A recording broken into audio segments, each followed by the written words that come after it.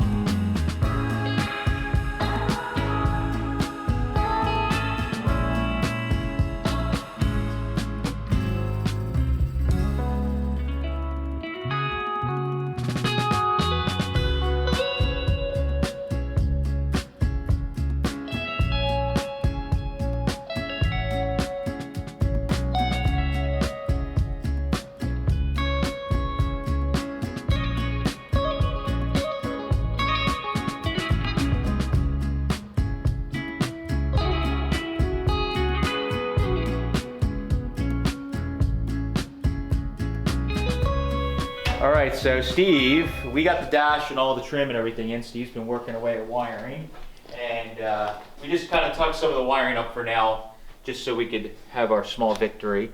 So the gauges, some of them should work. We're a little troubled with this water temp gauge. It's pegged the wrong way. We don't know why exactly, so we may need to look into that. But we're gonna see if the headlights work and the gauges, most of them work, or some of them work. Mm-hmm. See if it starts again, because you had the wiring all ripped apart. All ripped apart, yep. And so first of all, does it start? And second of all, does the gauges work and all that? So let's see. Let's give it a try. All right, well, gauges moved. Oh yeah. And tack moved, bounced around. So we're showing over 12 volts. Yep. Let's give it a start.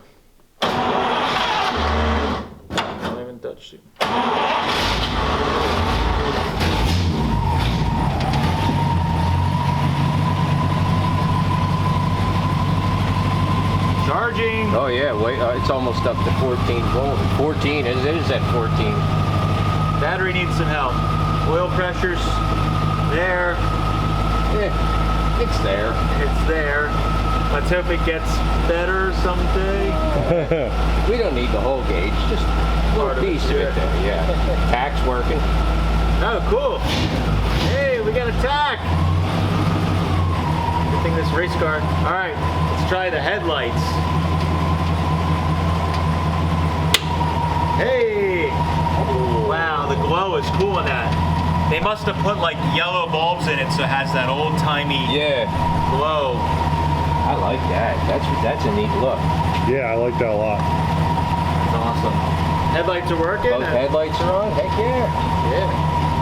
Sweet. All right. All right. I'd call that a success. It's a good way to end a week. Yeah.